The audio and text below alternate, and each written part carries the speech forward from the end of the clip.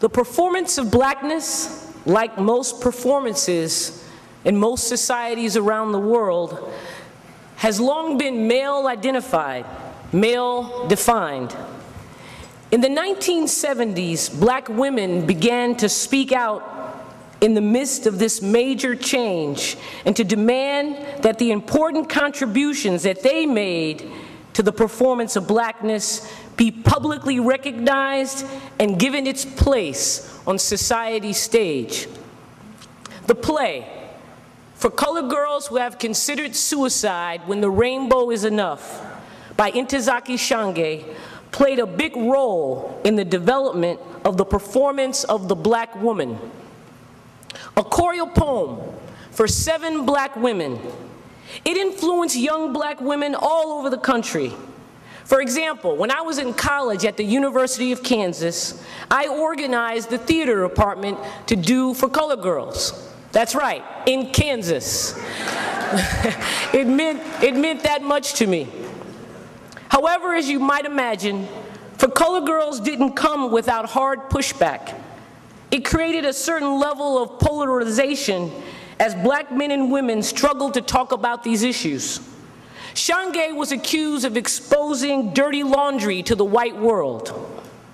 We're honored to have on stage today Lori Hayes, a stage and film actress and a member of the original cast of For Colored Girls, to perform a scene from this groundbreaking play.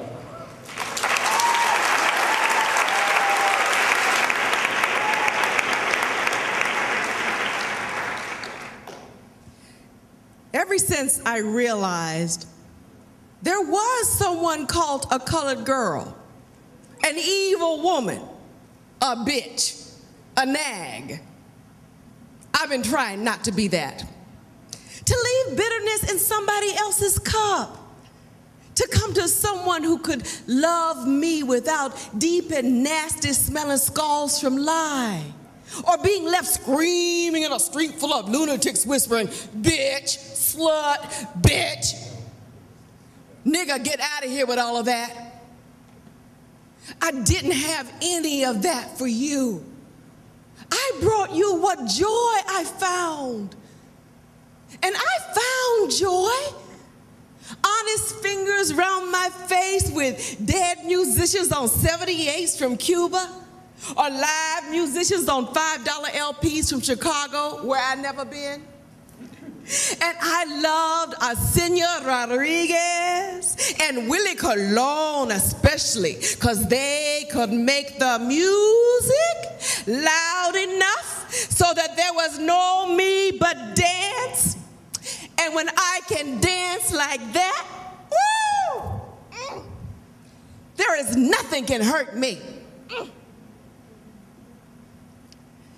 But I get tired.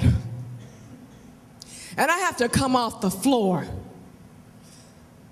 And then there's that woman who hurt you, who you left 3 or 4 times and went back. After you put my heart in the bottom of your shoe, you just walk back to where you hurt. And I didn't have nothing. So I went to where somebody had something for me, but he wasn't you. And I was in the bottom of your shoe on the way back from her house. So this is not a love poem, because there are only memorial albums available. And even Charlie Mingus wanted desperately to be a pimp. And I won't be able to see Eddie Palmieri for months, so this is a requiem for myself. Because I have died in a real way. Not with aqua coffins and doo-wop Cadillacs I used to joke about when I was messing around. But a real, dead loving is here for you now. Because I don't know anymore how to avoid my face wet with my tears. Because you see, I had convinced myself that colored girls have no right to sorrow. And I lived and I loved just that way. And I kept sorrow on the curb, allegedly for you. But now I know I did it for myself. couldn't stand it. I couldn't stand being sorry and colored at the same time. It is so redundant in the modern world.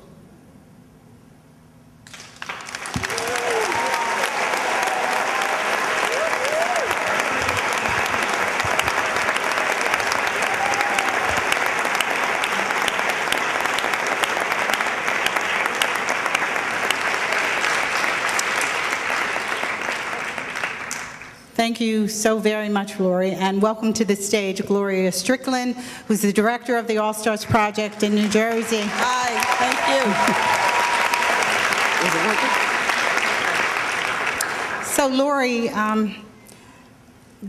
how did you feel when there was such a hue and cry after the performances for Colored Girls? Were you expecting it? Did you know that you had hit on something that was going to be so provocative? What was your experience of that?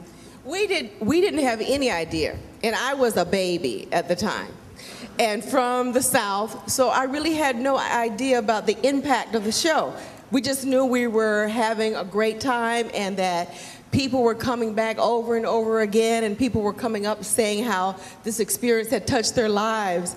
It wasn't until I got older that I began to understand the impact that the show had. How did you respond to the criticisms and all of the hue and cry? Well, really, I truly understood it. If you bring a people together, they are very powerful. So if you bring black men and black women together, women that are only asking for respect, to be heard, to be loved as human beings, and the men understand that, that makes us very powerful. So I understand that there were a lot of people that did not want that to happen. So the criticism was that it was something that berated black men, and no, it didn't. When you elevate one member of a race or one person, you elevate the entire world, the entire race. And they didn't want us to know that. So tell me in 5 words, how have things changed for black women? Unfortunately, not as much as they should. I think we are beginning to get a lot of the respect that we deserve, thanks to women like you and Gloria and the people here. I think we're being seen in a different light. I think there's still a struggle. And I think the society, the way our society is set up with a hierarchy. And at this present time, it seems that it's difficult for people to allow women to be at the head of that. Gloria, what is your response to all or any of this as a progressive and as an African American leader? Well, I mean, one of my responses is to feel so proud to be that leader of our independent community. I mean, I couldn't be prouder. I mean, one of the things I think about is that we've learned, I mean, Dr. Newman has taught us, and we've learned that we have to create something new. It's so important for black people, black women, to not get organized and over-determined by the victimization. In fact, one of the ways you do that is we got to create something new. And you create something new because that's how we lead our people to go someplace else. We have to have someplace else to go. So when Lori says, yeah, we're here, because I think what we've built independently is where other people can go.